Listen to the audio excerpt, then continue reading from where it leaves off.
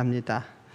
우리 하나님의 말씀 누가복음 6장 27절에서 38절 말씀입니다.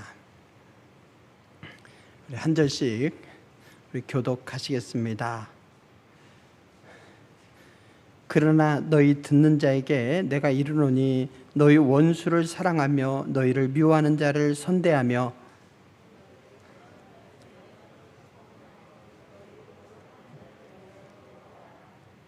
너희의 이 뺨을 치는 자에게 저 뺨도 돌려대며 내 겉옷을 빼앗는 자에게 속옷도 거절하지 말라.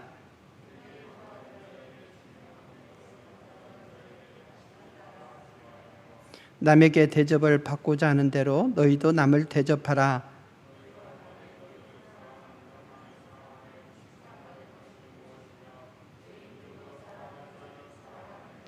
너희가 만일 선대하는 자만을 선대하면 칭찬받을 만한 것이 받을 것이 무엇이냐? 죄인들도 이렇게 하느니라.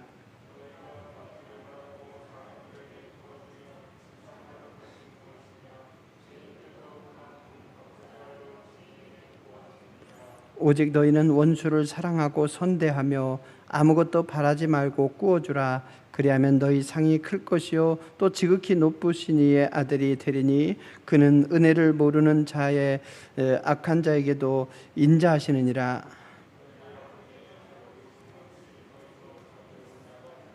비판하지 말라. 그리하면 너희가 비판을 받지 않을 것이요 용서하라. 그러면 너희가 용서를 받을 것이요.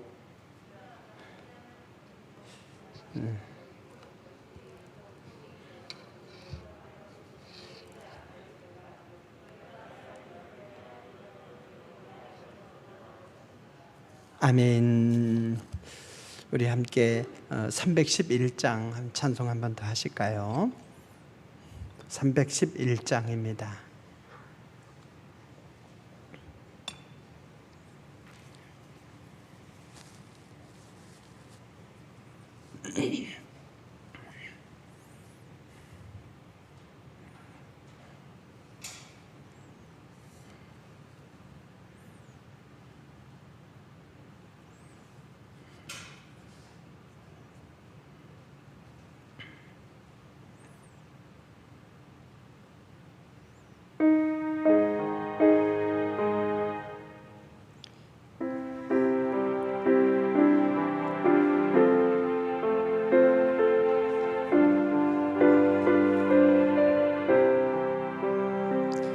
내 너를 위하여 몸버려 피 흘려 내 죄를 속하여 살 길을 주었다. 너에게 몸을 주건만 너무 주느냐. 너에게 몸을 주건만 너무 주느냐. 아버지 보좌와 그 영광 떠나서 밤 같은 세상에 만 백성 구하려 내 몸머리에 생의 것만 너무 못하느냐.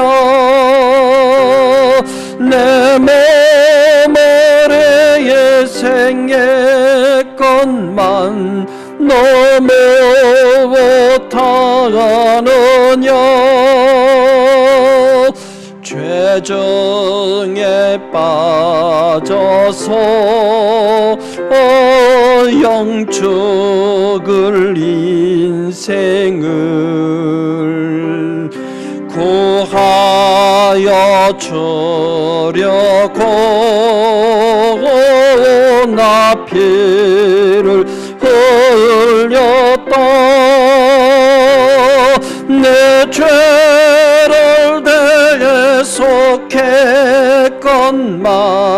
너무 어떡하느냐. 내 죄를 대속했건만 너무 어떡하느냐.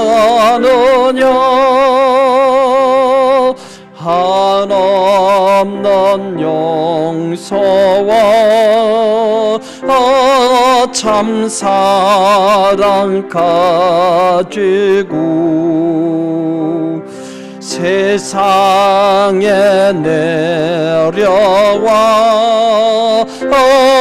값없이 주었다. 이것이 그의 정악건만 너무 어쩌느냐. 이것이 그의 정악건만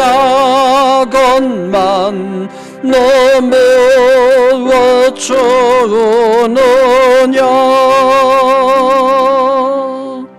아멘. 서로 이렇게 인사하실까요? 하나님의 은혜에 감사하여 필요 이상으로 베풀며 삽시다. 예, 그러죠. 우리나라에서 만든 이제 세계적인 발명품 중에 하나가 바로 맥심 커피래요. 맥심, 조그만 스틱에 들어있는 진한 노란 거 있죠. 거기서 여러 가지 계량형이 나왔지만 맥심 커피야말로 저 같은 사람에게 딱이에요. 저는 커피를 또 굽죠. 알고 구워가지고 그것을 또 갈아서 내려서 먹고 이런 거 귀찮아서 못해요. 그래서 인스턴트 커피를 마시는데, 제가 결혼할 즈음에 결혼 선물로 최고 좋았던 것이 뭐냐면 그 유리 그릇 3개 들은 거죠. 거기에 커피, 프림, 설탕 이 3가지 넣는 거, 그것이 그 결혼식 때 최고의 선물이었어요. 그때 제가 결혼할 때도 그게 몇 개 들어왔어요. 몇 개. 그래서 이 사람 저 사람 줬는데 그것도 귀찮은 거예요.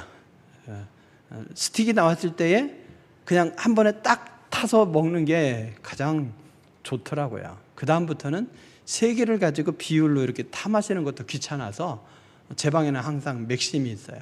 그것을 타 마시는데, 그 외국에서 사는 그 한인들이 그렇다네요. 뭐 파티할 때에 그 맥심을 한 10개나 이렇게 묶어 가지고 가는 게 또 선물이라고. 맞나요? 미국에서 그러진 않으셨어요? 시카고는 뭐 한인들이 워낙에 많아서 거기서는 또 한인마트, K마트도 있잖아요. 그래서 쉽게 구하니까. 그런데 한인들이 별로 없는 동네에서 한인들끼리 파티하거나 이럴 때는 그게 굉장히 귀한 거예요. 그래서 그걸 선물로 가져간다고 그래요. 저는 외국에 살지는 않아 봐서 그건 모르겠지만, 또 미국은 워낙에 한인들이 많은데 아마 저쪽 독일 쪽에서 그런 것 같아요. 그렇게 선물이라고 하는 것은 굉장히 사람을 기쁘게 해요. 근데 요즘 어떤 선물이 좋은 선물일까? 작으면서도 좀 사람들에게 필요하고 감동을 줄 수 있는 선물이 뭘까 생각해 보니까 이 마스크예요. 마스크. 그래서 어떤 목사님이 마스크를 어디서 수천 개를 기부받았대요. 그래가지고 만났더니 저한테 일회용 마스크 50개짜리 그걸 4통을 주고, 그리고 또 뭐 아이용 마스크를 또 그 10개씩 들은 것을 또 10몇 개를 주는 거예요. 그래서 가지고 오는데 얼마나 기쁜지 몰라요. 그분도 신났어. 그걸 나눠주느라 신났어. 제가 받음으로써 그분을 기쁘게 해줬어요. 저는 그렇게 생각합니다. 근데 어쨌든 그걸 가지고 올 때 얼마나 뿌듯한지요. 더 뿌듯한 데가 뭐겠습니까? 이 아이용 마스크를 필요한 분에게 줘라.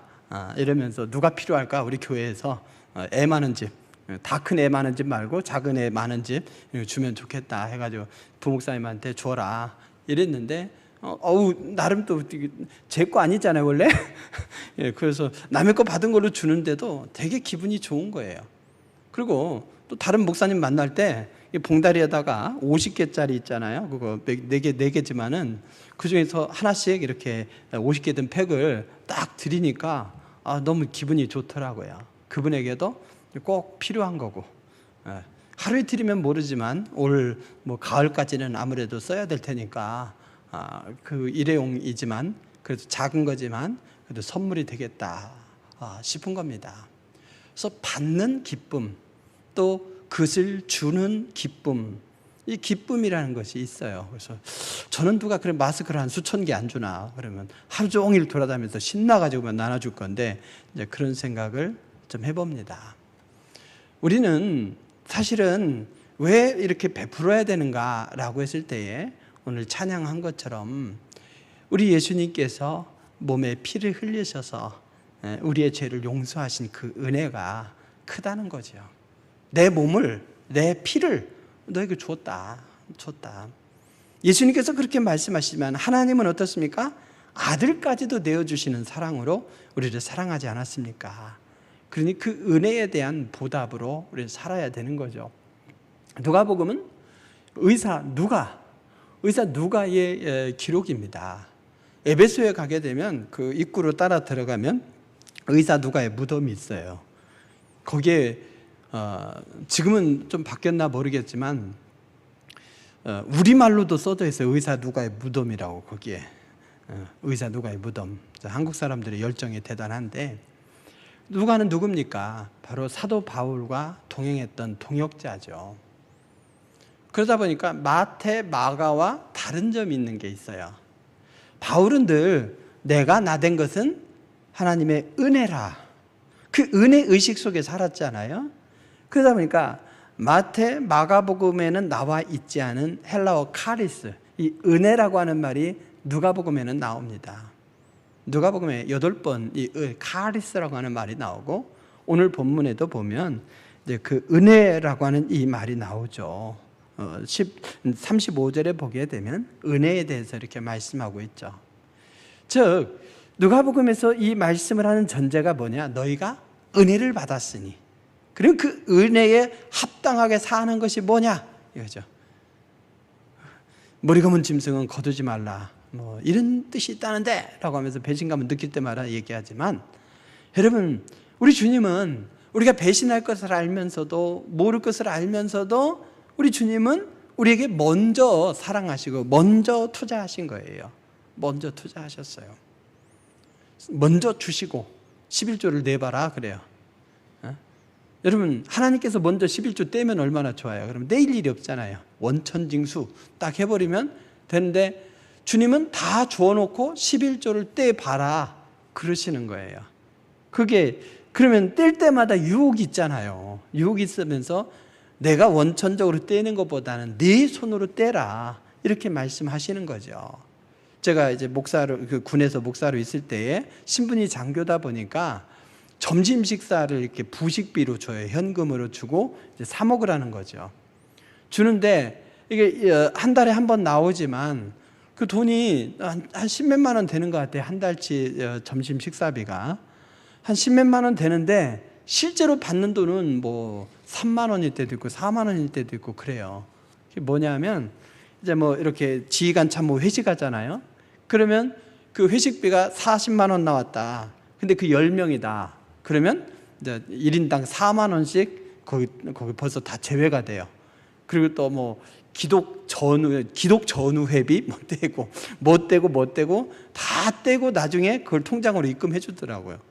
세상에 사적 그렇고 이렇게 모임을 통해서 쓰는 거, 아니면 회비 이런 것들을 먼저 다 떼고 나중에 남는 돈으로 주는데, 어떤 때는 모자라는 수가 있어요. 하나님께서 우리에게 은혜를 베풀어 주실 때에 먼저 그렇게 떼고 베풀어 주셨다고 하면은, 그러면 어떻습니까? 굉장히 자연스러우실 거예요. 손해볼 일도 없으실 거예요. 근데 하나님은 수많은 사람들에게 이리저리 떼이고 또 배신당하면서도 아들까지도 먼저 주셨고요. 그래서 믿는 자마다 구원을 받도록 했죠.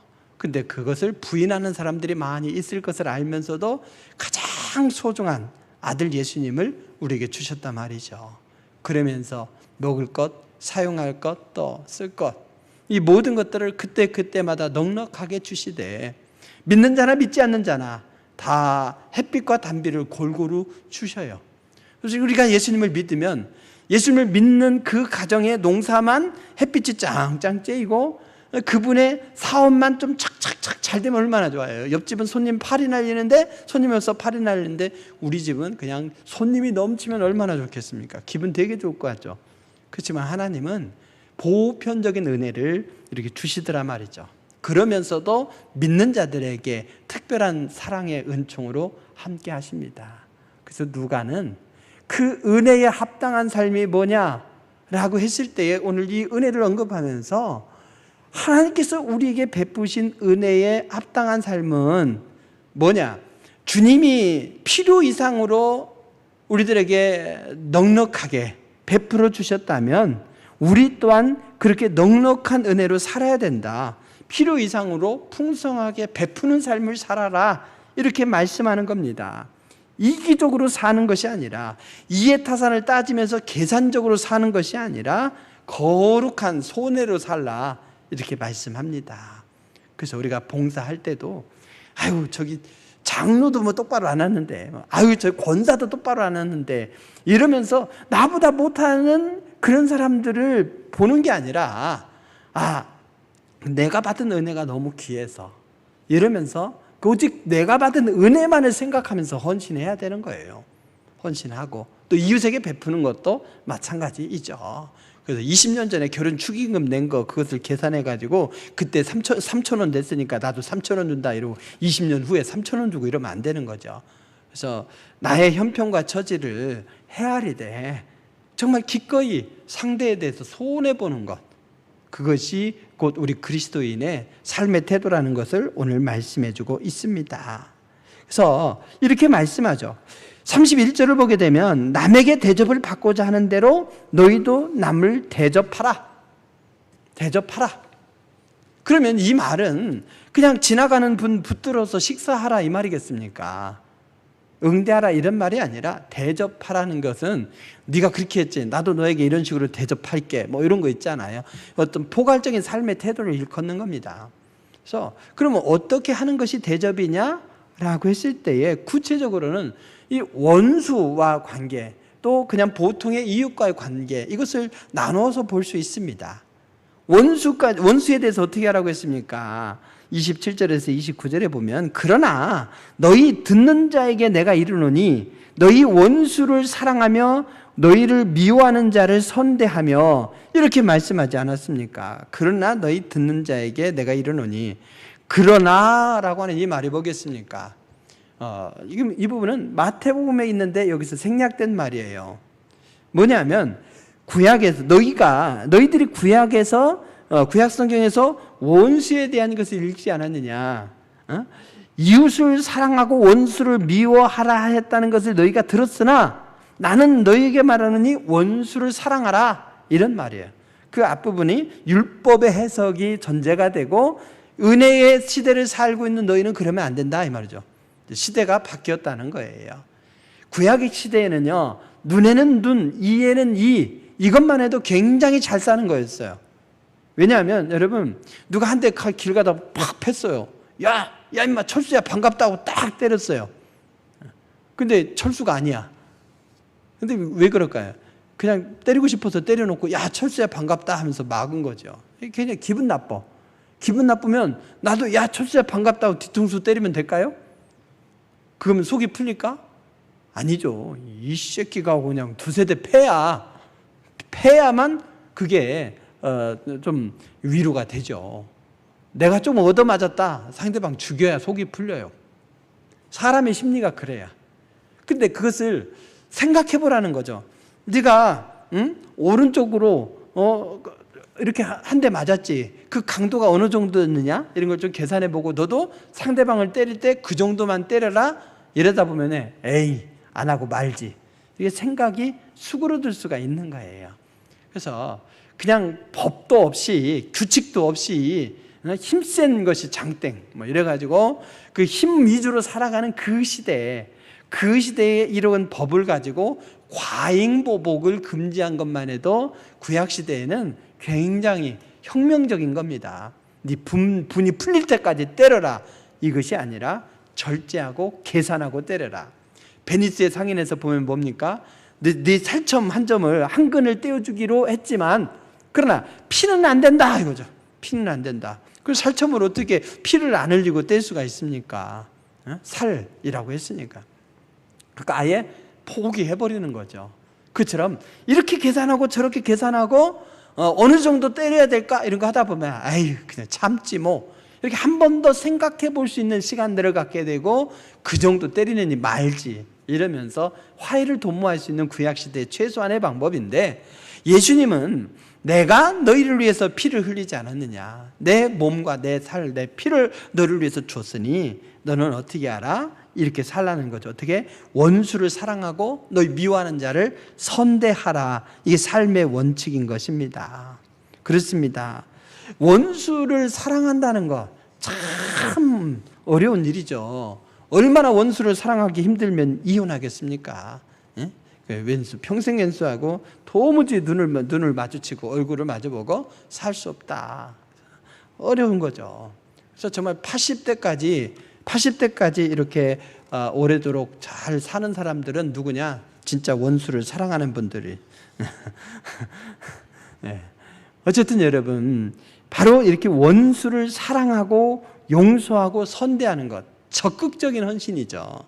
그 왜 그러느냐? 손해보라는 것이 아니라 네가 나를 통해서 받은 은혜, 이것이야말로 이렇게 해도 된다. 손해보는 것 같지만 남는 장사야 이거예요.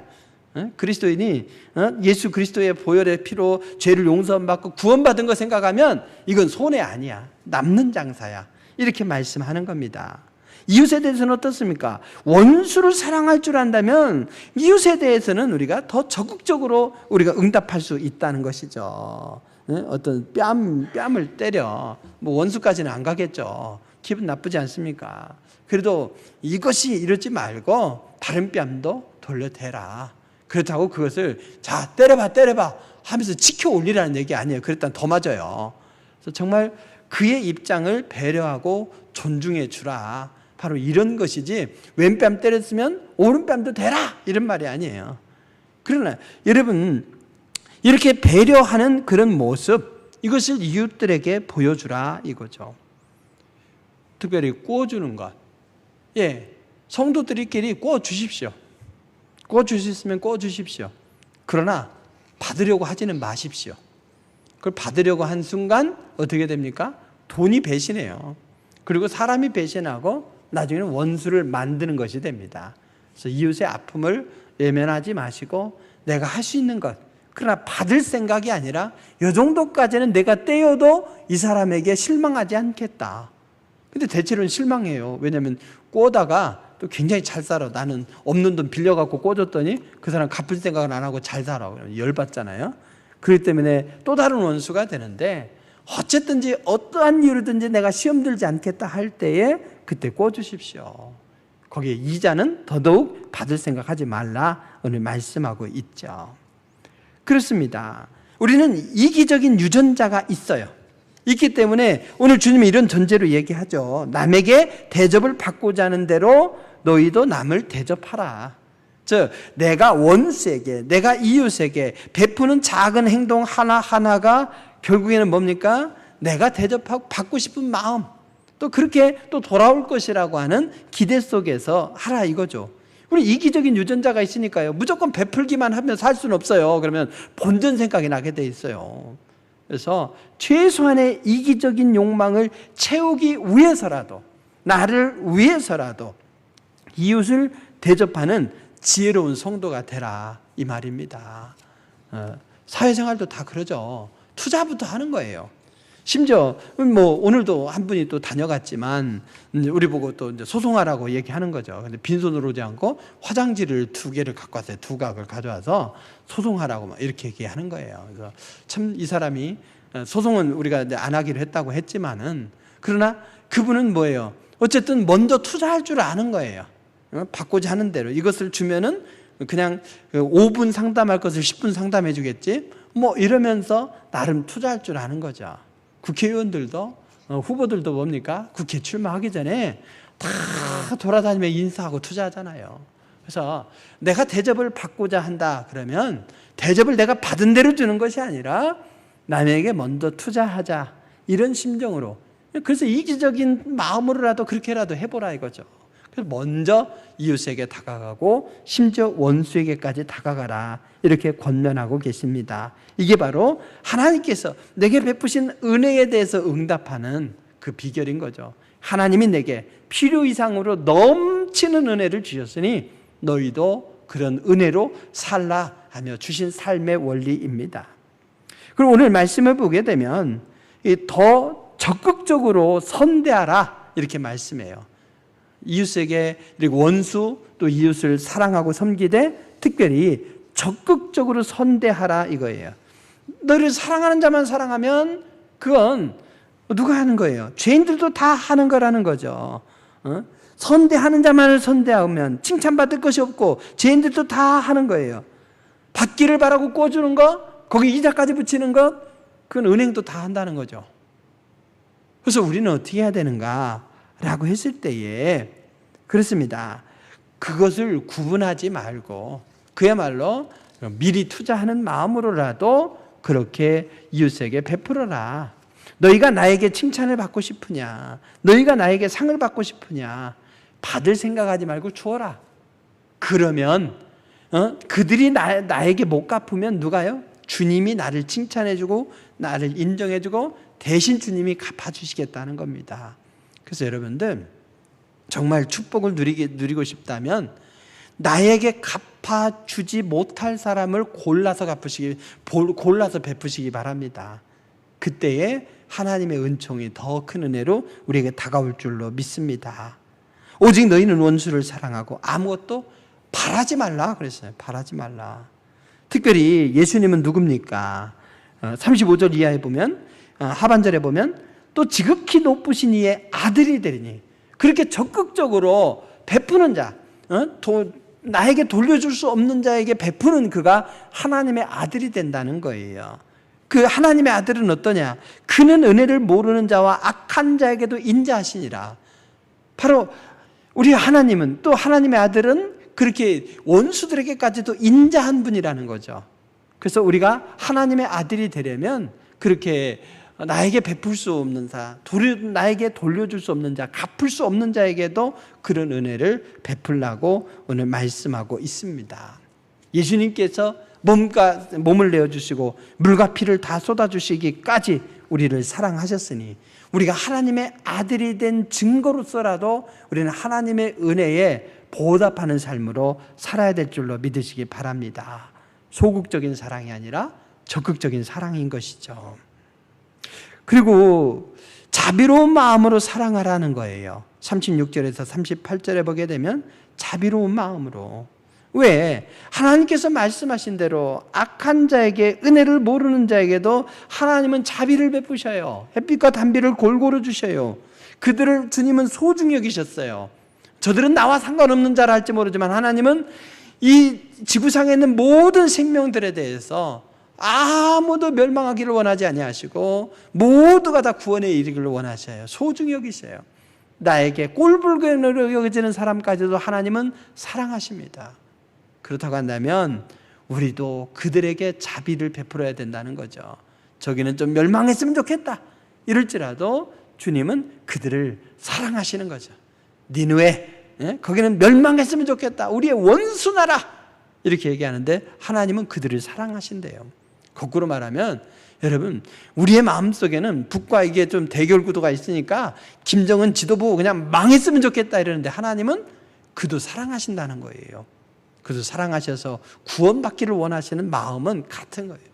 그래서 우리가 내 생각과 나의 이해관계를 따라서 이 사람은 되고 이 사람은 안 되고가 아니라 감옥에 있는 최고의 사형수라 할지라도 우리의 생각에 있어서 정말 마음에 안 드는 사람이라 할지라도 다 하나님은 그들을 사랑하고 계시고 그들이 멸망하기를 원하지 아니하시고 주님은 그들을 위해서까지 죽으셨다고 하는 것, 이것을 생각하면서 나의 입장에서 이 사람은 원수, 이 사람은 내가 그냥 무관심해도 되는 사람, 이 사람 무시해도 되는 사람, 이렇게 나누지 말고 모두를 존중하되 필요 이상으로 그들에게 베풀라, 하는 것이 주님의 뜻이에요. 참 그렇게 살기 어렵죠. 그래서 여러분, 예수 믿는다는 것은요, 편한 삶을 포기하는 거예요. 십자가를 지는 삶인 거죠. 참 여러분 그렇습니다. 그냥 이렇게 저렇게 대충 살기는 그런 사람들이에요. 주님이 원하시는 이 원리대로 살아내려면 얼마나 힘든지요. 그래서 속에 원수까지 사랑하려면 어떻게 하면 돼요? 속에서 불교용어로 말하면 살이 나와야 돼요. 참아야 되잖아요. 이 본성 있고 욕망이 있는데 어떻게 됩니까? 그것을 참아내면서 오히려 주님이 저 사람을 사랑했지, 주님이 저 영혼도 사랑했지, 이래야 돼요. 그래서 세상에서는 막 그 여론이 그러잖아요. 이 사람 죽였다, 저 사람 죽였다, 막 다 죽여요. 언론은 누구 살리는 그런 신문이면은 그 신문을 안 읽어. 그러나 누구를 막 죽이는 거 있잖아요. 뭐 이 사람 뭐가 문제였다, 뭐가 문제가 있다, 뭐 또 밝혀졌다 해가지고 끝까지 죽여. 그럼 그걸 읽으면서 정말 그럴 수 있어, 그럴 수 있어, 막 그래요. 그러면서 나는 의로운 것 같거든요. 그것을 보상 심리에 의해서 상대방을 깎아야만 내가 좀 양심의 자유를 잃은 거죠. 누가 이런 선한 일 했다, 누가 선한 일 했다 그러면 나는 뭐예요? 죄인이 되잖아요. 그래서 신문이 부담이 되는 거예요. 자꾸 죽여. 거기에 또 우리 그리스도인들이 동조하면서 저기 문제다, 저기 문제다, 누구 물러가라. 참 부담되는 일이에요. 오히려 거꾸로 주님이 그들을 사랑했으니, 그러면서 정말 더 넓은 가치, 더 심오한 은혜의 가치로 우리가 살아야 될 줄로 믿습니다. 그럴 때 주님이 어떻게 하신다고 했습니까? 마지막 절 이렇게 말씀하죠. 주라, 그리하면 너희에게 줄 것이니 곧 후히 되어 누르고 흔들어 넘치도록 하여 너희에게 안겨주리라. 너희가 헤아리는 그 헤아림으로 너희도 헤아림을 도로 받을 것이니라. 결국에는 우리가 받은 은혜에 감사해서, 아들까지도 내어주시는 하나님의 사랑에 감동해서, 물과 피를 다 쏟으시고 십자가의 고통을 견뎌내신 주님의 사랑에 감사해서 우리가 넉넉하게 베푸는 것이 당연할진데, 주님은 그렇게 사는 것이 너무 예뻐서 더 큰 축복을 주시겠대요. 어떻게? 후히 되어 누르고 흔들어 넘치도록 해서 안겨주신다. 이게 장터죠, 장터. 여러분, 이런 경우 있더라고요. 노련한 장사꾼은요, 대박 있죠, 대박. 대박에다가 넘치게 준다고 하는데 어떻게 주냐면 엄지손가락까지 넣어요. 그나마 그 부분을 빼려고 막 넣어가지고 많이 준다고 하면서 흘려. 나중에 보면 그 자루에다 넣을 때는 사방으로 막 흘려요. 처음에는 쏟았는데 막 이렇게 팍 갖다 붓는데 실제로 가져와 보면 적어요. 정말 양심적일 때는 어떻습니까? 누르고 흔들어잖아요. 그걸 담아, 흔들어, 쾅쾅 쳐. 그러면 훨씬 많이 들어가죠. 엄지손가락 부분이라도 더 찰까 이래가지고 그 부분을 넣는 것이 아니라 옆으로 들어서 그렇게 해서 흘러 넘치도록 그렇게 준다는 거죠. 장사 용어예요. 주님이 인색하셔서 엄지손가락만큼이라도 참깨를 빼자, 들깨를 빼자 이러면서 빼는 것이 아니라 그냥 쾅쾅 쳐서 또 눌러서 거기에 더 위로 막 확 쌓아가지고 또 하나라도 흘리지 않게 자루에 담아서 주신다고 하는 더 풍성하고 넉넉하신 사랑을 말씀하는 겁니다. 여러분, 내가 10도를 숙이면 상대방이 20도를 숙이고 20도 숙인데 더 숙이면 나중에 바닥까지 가서 절을 하는 거 아니겠습니까? 그처럼 우리가 은혜를, 주님이 베푸신 은혜를 안다면 은혜를 아는 만큼 우리가 베풀며 사는 것이고요. 또 이기적인 마음이 있어서, 아까운 마음이 있어도 주님의 말씀에 순종하리다, 은혜에 보답하리다, 이런 마음으로 이기적인 마음을 누르면서 주님이 주신 이 말씀대로 순종할 때에 그것이 고달프기도 하고 때로는 배 아프기도 하고 때로는 손해보는 것 같을지라도 마지막으로 보면 주님은 더 남는 장사로 우리에게 축복해 주시겠다고 말씀합니다. 그러니 여러분, 우리가 진정한 주님의 사랑을 입은 예수꾼으로서 정말 이웃들을 향해서 그냥 이기적으로 이해타산을 따지는 계산적으로 사는 것이 아니라 거룩한 손해를 보며 적극적으로 베푸는 그런 삶으로 살아가는 지혜로운 우리 모두가 될 수 있기를 바랍니다. 주님께서 더 많은 풍성한 것으로 채워주실 줄로 믿습니다. 기도하시겠습니다. 귀하신 아버지 하나님, 우리가 주님의 은혜를 안다고 할 때에 그 은혜를 어떻게 갚겠습니까? 주님께서는 그 은혜를 이웃들에게 더 넘치는 그런 섬김으로 갚을 수 있도록 길을 열어주시니 감사드립니다. 아버지 하나님, 주님께 은혜를 갚겠노라고 하면서 세상에서는 인색한 모습으로 살지 않도록 도와주시옵시고, 주님께 받은 은혜가 얼마나 귀한지 이웃들에게 섬기는 것으로 아름다운 향기가 되게 하시고, 그래서 그들이 또한 감동과 은혜로서 생명의 길로 들어설 수 있는 섬김의 삶이 될 수 있도록 도와주시옵소서. 주님께서 우리를 향해서 베푸신 그 은혜, 하늘을 두루마리 삼고 바다를 먹물 삼아도 다 표현할 수 없나이다.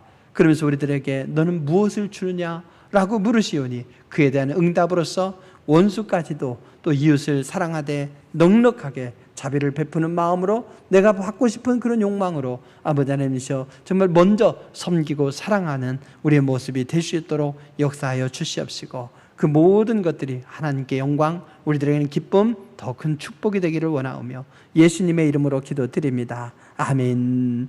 우리 함께 기도하실 때예요.